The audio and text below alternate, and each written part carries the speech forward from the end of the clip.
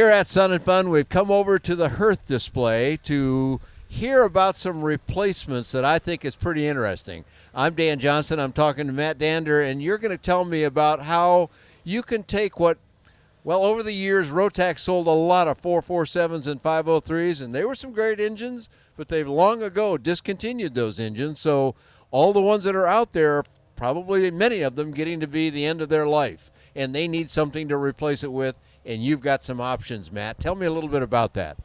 Yes, we have a 40 horsepower. It's called the 2702. That's this engine right here, this huh? engine right here. It's available fan cooled or free air cooled. Most people buy it fan cooled. It has dual ignition, single carburetor. The gearbox is available or belt drive. This engine makes 40 horse at 5,500 RPM, which is 750 RPM less than the 447 made 40.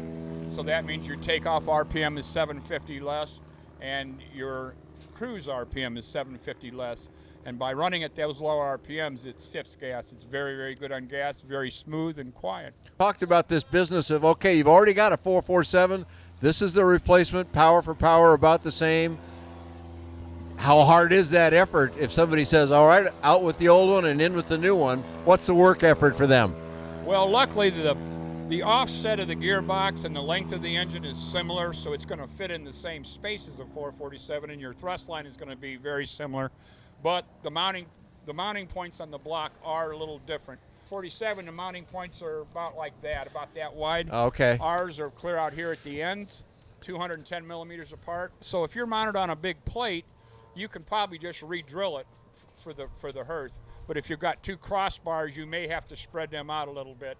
So it's usually not a major effort, and luckily we do a lot of work with that. For instance, we have a Kolb mounting package right now that allow you to put this right on a Kolb aerolite mounting package, and those mounting packages include the exhaust brackets too. Okay. Yeah. All right. So the owner doesn't have to go fabricate all this stuff himself. If he's going to do the replacement, and he probably built it as a kit, so he should have that skill. But he doesn't have to go fabricate a lot of parts. You can supply him parts, at least for some aircraft. Is that right, Matt? People with average skills can do it themselves, and if they don't feel they can, all they have to do is send me the dimensions of their old mount, and we can make them mount.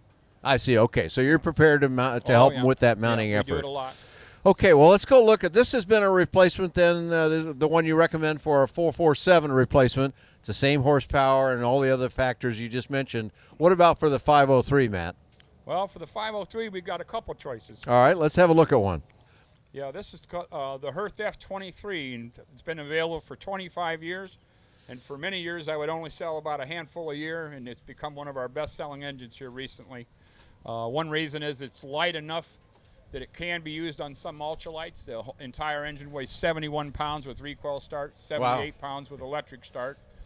To give you a comparison, a 447 with recoil and gearbox weighs 87 pounds. Oh goodness, that's quite a bit savings then. Yeah, this engine's only available with a belt drive.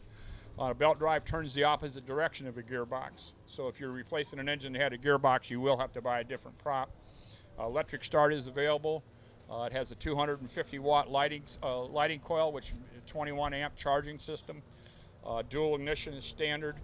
The TAC hookup is the same as the Rotax, meaning it has a 6-pulse signal for tachometers. So if you already have a Rotax, you can use your TAC over.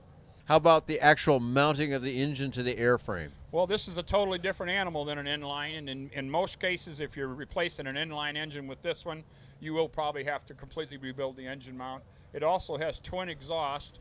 The exhaust look just like the exhaust on this engine, except there's one for each side. And but all the pipe between the expansion chamber, which is inside the muffler, and the cylinder is straight pipe, so that can be recut and re-welded in any shape you like, as long as you keep the length the same. So one of the reasons this engine is selling better now is we are now offering custom-made exhaust systems, custom engine mounts. We've recently made mounts for Kit Fox, Light, and Decker, several other models. We also make an engine mount for this for the aerolites and also Kolb aircraft. And last year we came out with a mounting system and exhaust that you can use it on a Quicksilver single-seater and stay legal 103. It's a really handsome little engine. It's very compact and small. I can envision this working on a number of 103 ultralights that just need a new engine now because they wore the old guy out. Yeah, this is also good for any experimental single-seater. It's like Cub lookalikes. It works well in tractor prop applications. Yeah. Oh. This engine here is made in 2 versions. The 3202 is 55 horse at 5500, and that's the one that's actually most often used to replace the 503 because it's an inline with the same general offset and length of a 503.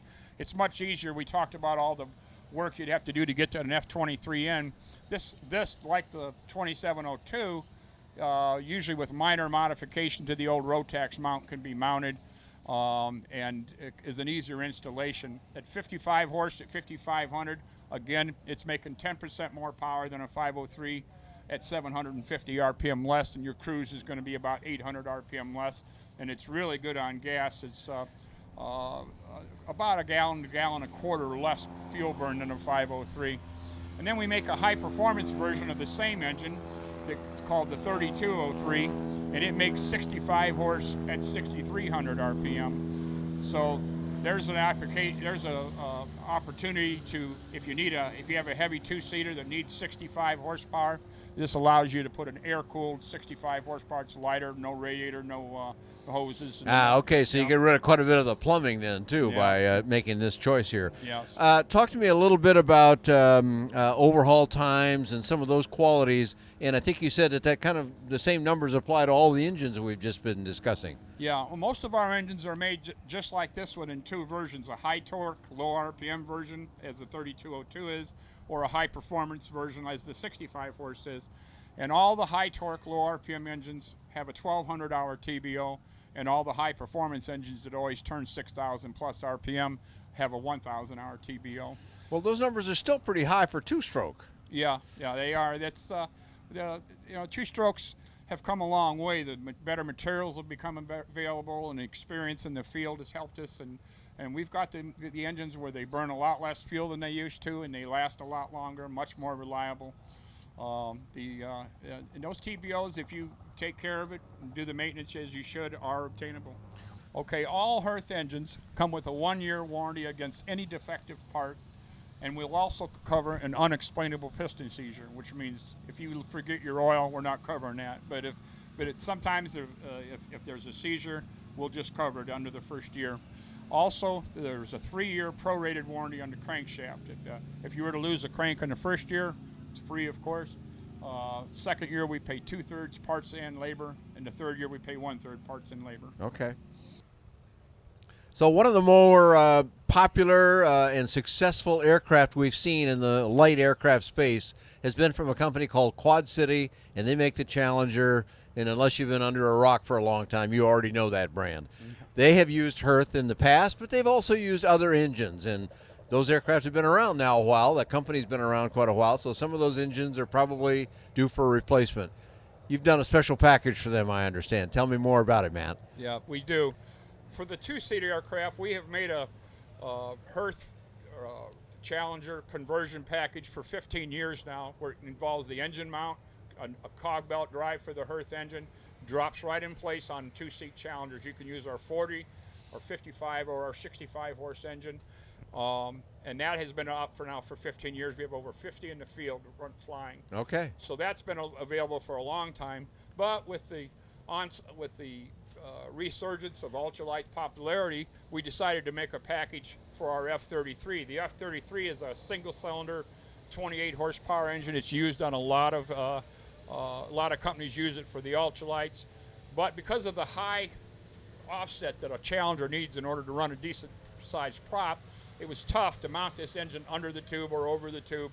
It was just a tough installation. So what we did was we created a way to mount the engine off the end of the tube.